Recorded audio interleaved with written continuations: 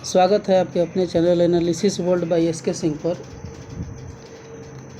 इसके पहले वाली वीडियो में मैंने संस्कृत क्लास 10 बिहार बोर्ड के पहले लेसन का ऑब्जेक्टिव क्वेश्चन डाला था और आपसे ये बोला था कि आप इसका आंसर हमें करेंगे। तो आज मैं उन्हीं प्रश्नों के उत्तर आपको इस वीडियो के माध्यम से बताने की चेष्टा करूँगा। सबसे पहला क्वेश्चन है, उपनिषद के रचनाकार कौन है? इस क्वेश्चन में आपका आंसर होगा सी, महर्षि वेद व्यास। पहले का आंसर होगा सी, महर्षि वेद व्यास। दूसरा क्वेश्चन कह रहा है, मंगलम पाठ के रचनाकार कौन है? तो इसका भी आंसर होगा सी, महर्षि वेद व्यास ने ही मंगलम पाठ लिखा। ठीक है, उन्हीं के द्वारा लिखे गए पाठ को संकलित किया गया है हमारे सिलेबस में। अगला प्रश्न है, मंगलम पाठ में कितने मंत्र संकलित हैं? तो मंगलम पाठ में कुल 5 मंत्र संकलित हैं। मंगलम पाठ में कुल 5 मंत्र संकलित हैं, यानी कि इसका भी आंसर होगा सी। ठीक है, 4 नंबर प्रश्न कह रहा है कि अणु से छोटा कौन है? अणु से छोटा कौन है? इसमें पूछ रहा है कि अणु से छोटा कौन है।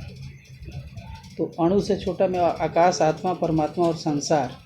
इसका आंसर होगा आपका बी, आत्मा। अणु से भी छोटी है आत्मा, अणु से भी छोटी है, यानी आंसर होगा इसका बी। ठीक है, उसके बाद अगले क्वेश्चन पर चलते हैं। किसकी जय होती है? तो सत्य की जय होती है, ये सभी को पता है।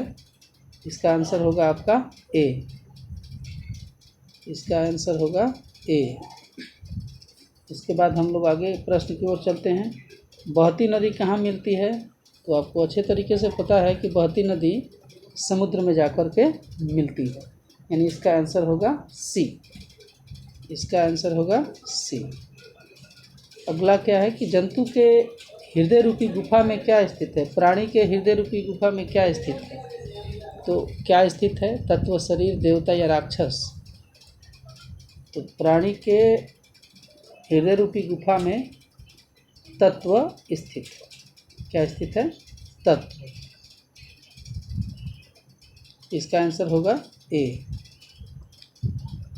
इसका आंसर होगा ए। अगला प्रश्न है, ब्रह्मा को प्राप्त करने के विषय में बताया गया है किस उपनिषद में? ब्रह्मा को प्राप्त किया जा सकता है किस उपनिषद में? तो डी में बताया गया है, मुंडकोपनिषद में, कि ब्रह्मा को प्राप्त किया जा सकता है, यानी कि 8 का होगा आंसर आपका डी।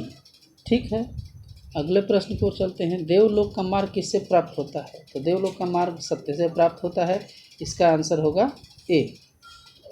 अगला प्रश्न है, सत्य से क्या प्राप्त होता है? तो सत्य से क्या प्राप्त होता है? तो सत्य से प्राप्त होता है देवलोक, यानी कि इसका आंसर होगा सी, इसका आंसर होगा सी। 11वां प्रश्न है आपका, मृत्यु को कौन वश में कर लेते हैं? मृत्यु को कौन वश में कर लेते हैं? तो आपको अच्छे से पता है कि इन ऑप्शन के माध्यम से अगर देखें, मूर्ख, अज्ञानी, विद्वान कोई नहीं। तो जो विद्वान होता है वो मृत्यु को भी वश में कर लेता है, ऑप्शन होगा इसका भी सी। 12, किसकी जय नहीं होती है? किसकी जय नहीं होती है? अगला प्रश्न है और ये ऑप्शन आपको कंफ्यूज करने वाला है। सत्य की, असत्य की, क्रोध की, मोह की। सत्य को छोड़ देंगे तो सत्य की जय होती है, असत्य की जय नहीं होती है, क्रोध की जय नहीं होती है, मोह की जय भी नहीं होती है। लेकिन पाठ के अनुसार इसमें हम देखेंगे तो हमारा ऑप्शन आपको पता चलेगा कि इसका ऑप्शन है, आंसर है ऑप्शन नंबर बी, यानी कि असत्य की जय नहीं होती है। उपनिषद में किस महिमा का वर्णन किया गया है? उपनिषद में परम पुरुष की महिमा का वर्णन किया गया है, यानी कि ब्रह्म की महिमा का, ईश्वर की महिमा का वर्णन किया गया है। तो ऑप्शन नंबर होगा डी। ठीक है, अगला प्रश्न है, उपनिषदों की संख्या टोटल कितनी है। 14वां प्रश्न कह रहा है कि उपनिषदों की संख्या कुल कितनी है, तो 105। उपनिषदों की संख्या कुल कितनी है, 105। ऑप्शन नंबर सी, आपको इसका ऑप्शन होगा सी। ठीक है। 15 प्रश्न में आत्मा के गूढ़ रहस्य की व्याख्या किसमें की गई है, तो आत्मा के गूढ़ रहस्य की जो व्याख्या है वो कठोपनिषद में की गई है, यानी कि ए में की गई है। हिरण्मयेन पात्रेण, ये श्लोक है ना। तो इसके बाद अगला प्रश्न है 16, परमात्मा की महिमा का वर्णन किसमें किया गया है, किस उपनिषद में पूछ रहा है 16 में। तो इसका उत्तर होगा ईशावास्योपनिषद में। ईशावास्योपनिषद में परमात्मा की महिमा का वर्णन किया गया है, यानी कि इसका होगा बी। इसका आंसर होगा बी। अगले प्रश्न की ओर चलते हैं। 17 नंबर प्रश्न है, ज्ञानी लोग और अज्ञानी लोग में अंतर किसमें बताया, यानी किस उपनिषद में ज्ञानी और अज्ञानी में अंतर बताया गया है। तो इसमें इसका आंसर है आपका श्वेताश्वर जो उपनिषद है, इसमें ज्ञानी और अज्ञानी के बारे में व्याख्या की गई है। ये तो ऑप्शन नंबर होगा सी। ऑप्शन नंबर होगा सी। 18 नंबर प्रश्न है, सत्य का मुख किससे ढका हुआ है। बहुत बार का आया हुआ प्रश्न है, हिरण्यमयेन पात्रेण। तो ऑप्शन के माध्यम से आप इसको खूब आराम से कर सकते हैं। इसका आंसर होगा D. And last question 19 number है, सत्य का खजाना कहाँ है। सत्य का खजाना कहाँ है, तो सत्य का खजाना है देवलोक में, पाठ के अनुसार। तो इसका आंसर होगा आपका सी। उम्मीद है कि आपके सारे प्रश्न सही होंगे।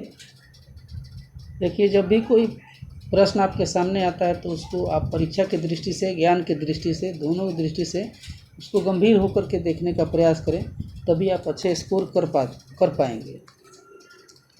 गेस पेपर, प्रैक्टिस सेट खरीदने से बेहतर है उसको सेल्फ स्टडी। और जो भी बच्चा सेल्फ स्टडी करता है, निश्चित तौर पर उसका मार्क्स अच्छा आएगा ही आएगा, इसमें कोई दो राय नहीं है।